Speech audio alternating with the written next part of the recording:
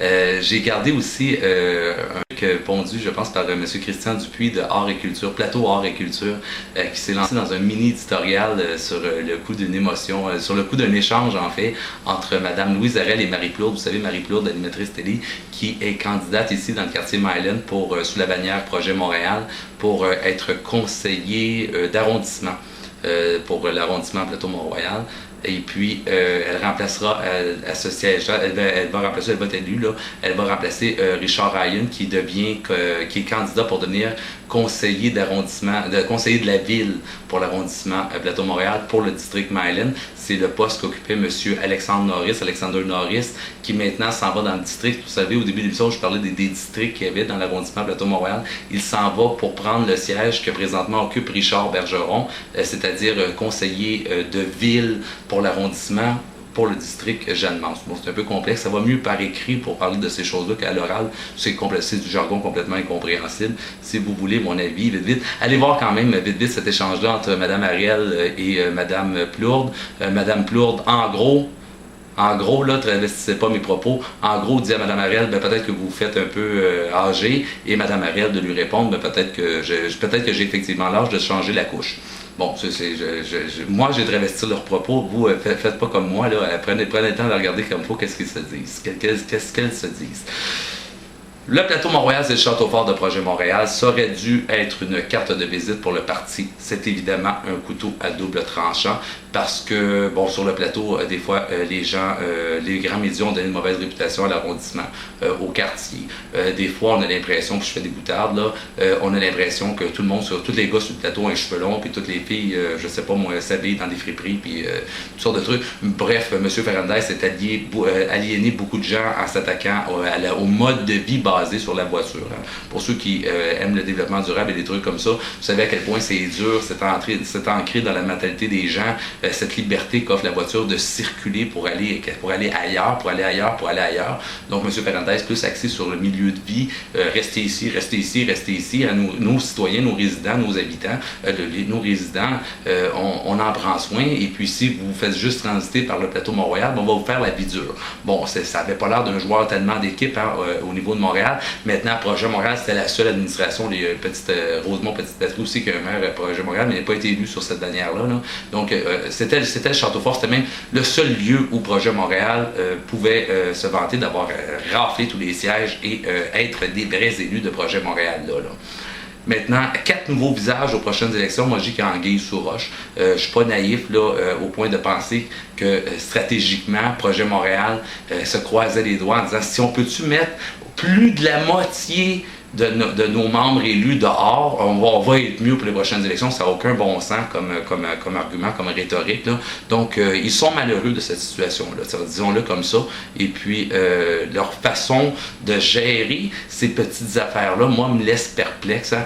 Ils vont vite pour dire c'était pas des grands, c'était pas des compétents, ils arrivaient toujours en retard, n'étaient pas qualifiés pour ça. Mme Duplessis, elle est partie pour des raisons familiales. Là, bon, elle a fait une autre rhétorique. M. Bergeron, lui, quitte son siège pour aller se présenter à Ville-Marie parce qu'il dit que le maire de Montréal devrait se présenter dans l'arrondissement central et non pas dans un pauvre arrondissement périphérique comme le plateau Mont-Royal. Donc, quel rôle M. Ferrandez aurait dans une éventuelle administration dirigée par M. Bergeron? On se doute bien que ce serait un rôle important. C'est un politicien habile. Il va sortir de cette campagne électorale-là avec du moins l'étiquette de quelqu'un qui a soutenu M. Bergeron. À mon avis, ils n'ont pas joué les bonnes cartes là, de Projet Montréal, mais bon, je ne suis ni politicien ni stratège politique, c'est eux autres qui savent ce qu'ils font. C'est Mme Danielle Lorrain, qui est une comédienne, et M. Gilbert Thibodeau qui vont compétitionner pour le poste de maire. M. Thibodeau, si je pense qu'il est ingénieur, il a déjà de l'expérience politique comme candidat. Il s'est présenté aux élections fédérales de 2011 sous la bannière du Parti libéral du Canada. Et politique municipale, il y a plus de 10 ans maintenant, en 1998, avec l'équipe de Jacques Duchesneau. Les enjeux de l'arrondissement et les enjeux du quartier aussi, on ira voir ça dans une émission subséquente de la CAN. Aujourd'hui, je tenais à parler de politique large, former une espèce de cadre, installer des espèces de bornes pour qu'on puisse échanger et puis aller un peu plus loin quand on va décider d'aller voir un enjeu, d'en avoir déjà parlé, puis d'avoir une espèce de background, quand même que vous avez manqué des bouts de cette émission-là. Moi, je peux assumer que j'en ai déjà parlé, puis je me sens plus confortable. J'évite d'avoir peur de déraper en vous disant ce que je pense, puis en m'éloignant un petit peu du script.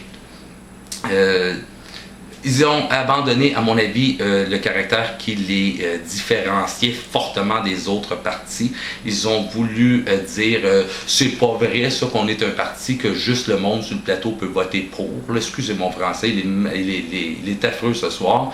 Ils ont été apportés par une soif de gagner et je pense que la candidature de Denis Coderre les pousse vers, pas de l'amateurisme, mais les pousse vers une espèce de marginalité qu'ils auraient eu tout intérêt, à mon humble avis, à éviter. Et une marginalité en voulant dire, là, ils ne sont pas dans la course pour être un vrai maire de Montréal. Imaginez à quel point. J'ai rencontré M. Bergeron, il échangeait avec moi pendant 1 ou 2 minutes. Très, très, très sympathique, le monsieur, là, que je ne lui souhaite aucun mal.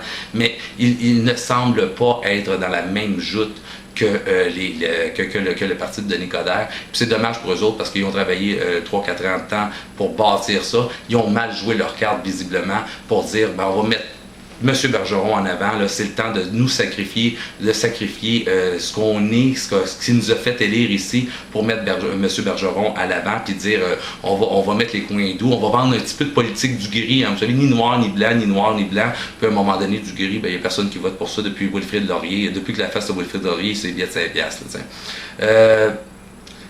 L'intensité qu'ils ont développée, je vais manquer de temps, je vais tout de suite vider ma cassette puis je vous reviens, mais depuis le mois d'octobre dernier, j'ai remarqué, ils ont essayé de montrer une image d'intensité Projet Montréal et ça n'a pas passé la rampe. En tout cas, de mon côté, ça n'a vraiment pas passé la rampe. Ça a passé un peu plus pour de la nonchalance, puis à un moment donné, le capital de critiques qu'on entend à gauche puis à droite, vous savez, vous ne pouvez pas gouverner, vous ne pouvez pas administrer pendant 4 ans sans vous aliéner des gens, sans qu'il y ait des opposants. Puis les critiques, il traverse maintenant. Là. Il y a 2 ans, il y a des critiques qui ne se seraient pas rendues à M. Ferrandez maintenant.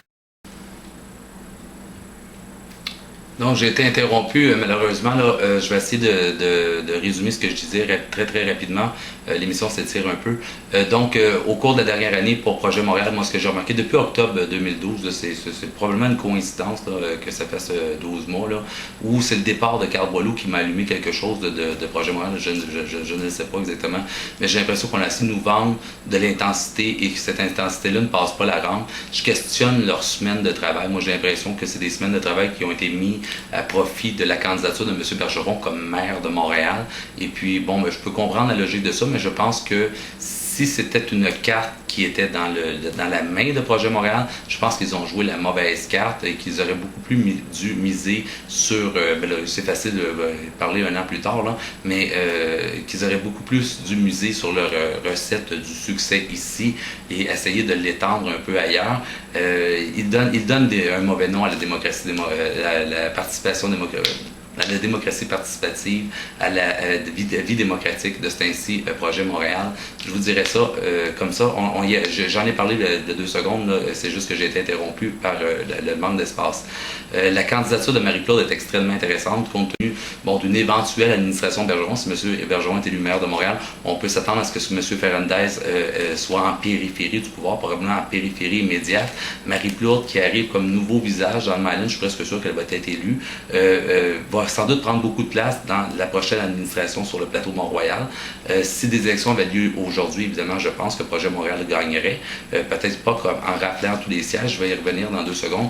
Restez avec le doute que 4 nouveaux visages sur une possibilité de 7, ça ne se peut pas que ce parti politique-là souhaitait ça comme scénario pour les élections 2013. Ça ne donne pas l'image d'une organisation qui s'est bâtie au cours des 4 dernières années, ça donne l'image d'une organisation complètement désorganisée. Comme je vous dis, moi, je vérifierai, je porterai mon attention sur la candidature de Marie-Claude. Si elle est élue, donnez-lui 12 à 24 mois, vous allez voir, elle va faire de l'ombre aux autres élus de Projet Montréal sur le plateau, parce qu'il va y en avoir d'autres élus de Projet Montréal sur le plateau, peu importe le résultat des élections.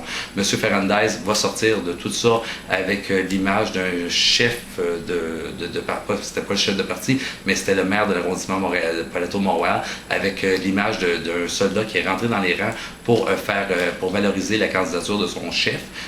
Maintenant, c'est sa première véritable vraie chance à avoir l'air, à avoir la politique, la représentation politique d'un homme de pouvoir. On va voir comment il va s'en sortir.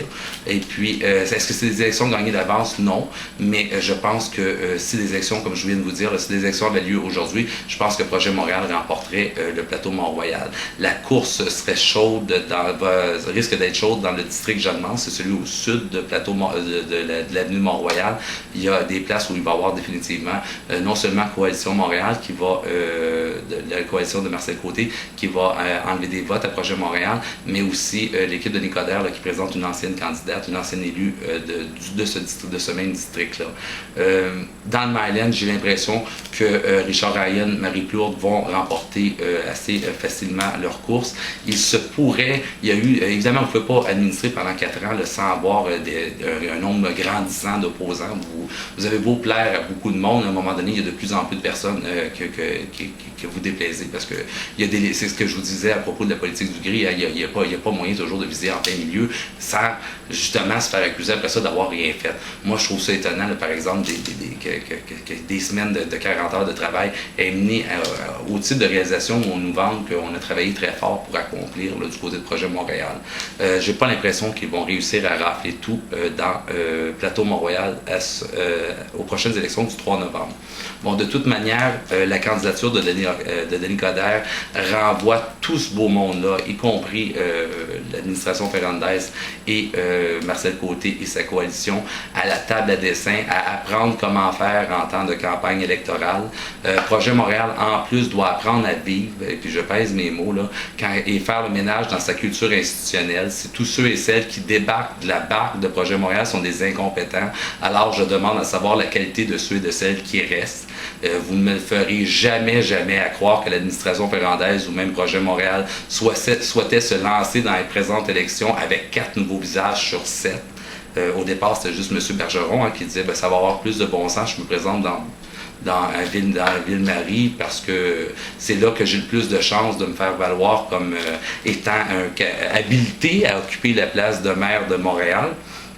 Et puis, le parti parle de démocratie participative, ne s'affiche pas comme un exemple, puis parfois donne franchement des mauvais exemples de démocratie participative, que ce soit au sein de leurs membres ou que ce soit au sein de l'espèce de refus d'étendre ce pourquoi on les a élus aussi sur le plateau Montréal à d'autres circonscriptions, à d'autres arrondissements. Évidemment, ça ne nous empêche pas de valoriser des modèles souples et des trucs comme ça, et dire que qu'est-ce qui est bon pour ce district-là n'est pas bon pour ce district-là, mais j'ai pas l'impression que l'intensité de dire on est en période électorale, c'est pour ça qu'on ferme notre boîte, là, que ça a passé la rampe. Les critiques qui ne passaient tout simplement pas qui n'atteignaient pas M. Ferrandez, là, 18 mois, je vous dirais, maintenant l'atteignent, et puis à un moment donné, M. Ferrandez, comme n'importe quel être humain, souffre de ces critiques-là, et puis ça nuit à son administration, et puis je pense qu'en bout du compte, ça nuit à la candidature de M. Bergeron. Bon, je vous ai dit mon humble opinion. Maintenant, si vous me permettez, je vais conclure l'émission sur un mot de la fin, une espèce de commentaire un peu plus éditorial. Je vais, comme je viens de faire là, faire la lecture afin d'assurer que je dis pas n'importe quoi. C'est pas un grand texte, c'est juste une fiche, je vais juste l'agrandir pour qu'elle soit lisible d'où je suis. Je vous parle, il me reste 1 minute à peu près avant de vider mon disque dur, là. 2 secondes des prochaines émissions. On va revenir régulièrement jusqu'aux élections, puis un petit peu après aussi sur ces élections municipales-là, sur quand j'ai eu raison, sur quand j'ai eu tort dans mes prédictions. On s'en va en élection, soyez enthousiastes, allez voter. C'est l'occasion de reconduire ou de renouveler vos assemblées, vos administrations publiques. soyez au courant, la politique municipale a ses intérêts certains, a ses avantages certains. Il y a beaucoup de retard, là je ne fais pas une digression, je voulais vous en parler. Habituellement, on essaie de considérer les retards dans la production de blogs et d'autres choses comme des passifs. Maintenant, les passifs ont monté beaucoup, entre autres sur le blog du Mylen. Je ne sais pas si ces passifs-là, on ne va pas tout simplement les remettre au calendrier grec. Je commence à travailler demain ou après-demain, je suis plus sûr, sur l'opération voie piétaille. Donc, j'ai l'impression que plutôt que d'augmenter ces passifs-là, ces retards-là de production, je vais les mettre au calendrier grec et puis on va enchaîner vers d'autres produits. Chose première, chose due, par contre, il y a 2 contenus sur Sherry Einstein qui s'en viennent pour vous autres qui aimez le blog du Mylen et la prise en charge citoyenne et l'échelle de participation citoyenne de Sherry Einstein. On va essayer de faire des liens avec l'élection municipale qui viennent et puis on va sortir un petit journal qu'on appelle un e-journal avec une thématique sur la prise en charge citoyenne et en lien avec la fragmentation du système politique pour éviter que ça soit sclérosé et puis que dans 50 générations, on nous regarde en arrière et qu'on dise, mais là, ce monde-là pensait encore que la démocratie c'était aux 4 ans puis qu'il y avait le droit d'aller voter une fois de temps en temps puis que c'était ça un exercice démocratique, que ça c'était un exercice démocratique puis que ça leur donnait une qualité de vie démocratique. Donc, pour éviter que dans 2-3 ans ou dans 2-3 générations, les gens nous regardent comme des purs abrutis, ce que nous ne sommes pas. Je vide mon disque dur et je reviens avec le mot de la fin. Je vous remercie beaucoup d'être à l'écoute de la CAD. Mon nom est Daniel Quimpard, je suis facilitateur du tourmylen.net. Vous pouvez m'écrire quand vous voulez. Ça me fait toujours plaisir d'échanger avec vous.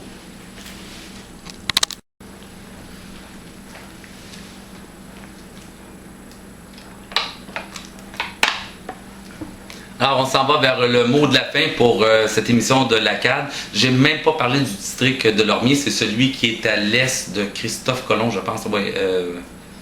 Oui, à l'est de Christophe, à l'est d'Henri-Julien, en tout cas, disons à l'est de Saint-Denis, le préfecture, mais je pense que ça commence à Christophe Colomb, le district de Lormier.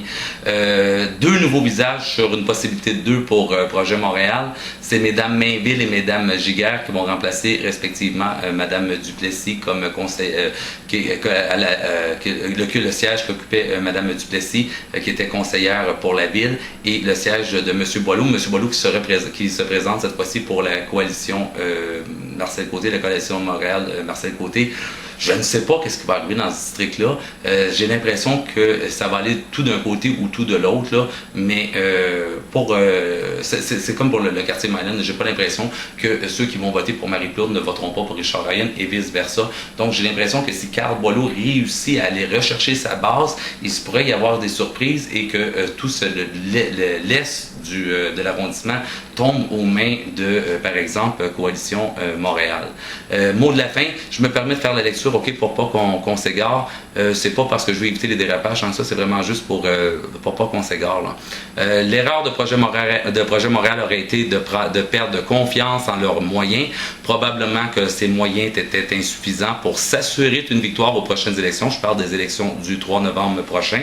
Mais ces moyens auraient pu continuer mais avec ces moyens-là, le parti aurait pu continuer de se construire comme un parti différent, plutôt que de se coucher et espérer que ces mêmes réalisations et ces mêmes candidats se fondent dans le décor et que la population votante échappe des X à côté de leur nom, en oubliant que leurs réalisations ont été faites pour le meilleur comme pour le pire dans l'arrondissement Plateau-Mont-Royal. Pas sur les tables à dessin, pas sur les tables à élaboration de programmes politiques et pas non plus en termes de campagne de communication, et que si le parti veut soudainement passer pour une espèce d'establishment de grande envergure, de grande notoriété, qui n'a que faire des petites mouches qui étaient pour le meilleur et encore une fois pour le meilleur et pour le pire, de véritables petits soldats pour eux. Hein? Je parle de ceux qui ont claqué la porte de Projet Montréal ou qui se sont fait mettre dehors là, ou qui passent à d'autres défis. Là. Mais c'était des gens qui soutenaient comme des petits soldats, comme de véritables soldats, leur entrepreneuriat politique. Puis leur entrepreneuriat politique, ils l'ont fait ici, dans l'arrondissement Plateau-Mont-Royal. Ils ne l'ont pas fait en essayant de dire que M. Bergeron serait le prochain maire idéal pour la ville de Montréal. Là. Leur réalisation, c'est ici qu'ils l'ont fait. Ils ont mal joué cette carte-là. Si l'on parle de politique large, Projet Montréal n'est tout simplement pas une organisation prête, à mon humble avis, pour former la prochaine administration publique de Montréal. En outre, parce que son organisation laisse à désirer. C'est une organisation qui qui semble être fortement désorganisée quand on sait qu'ici, Plateau Mont-Royal, Château Fort de Projet Montréal, Château Genèse de Plateau Mont-Royal, 4 nouveaux visages sur 7. Vous ne me ferez pas croire que c'est une stratégie politique pour présenter un nouveau visage à ce nouveau parti-là. Il ne faut pas charrier. Je vous remercie d'avoir été à l'écoute. Je m'excuse, je pensais vraiment réussir à tout faire ça en une demi-heure, puis j'en aurais pris encore 5-10 minutes.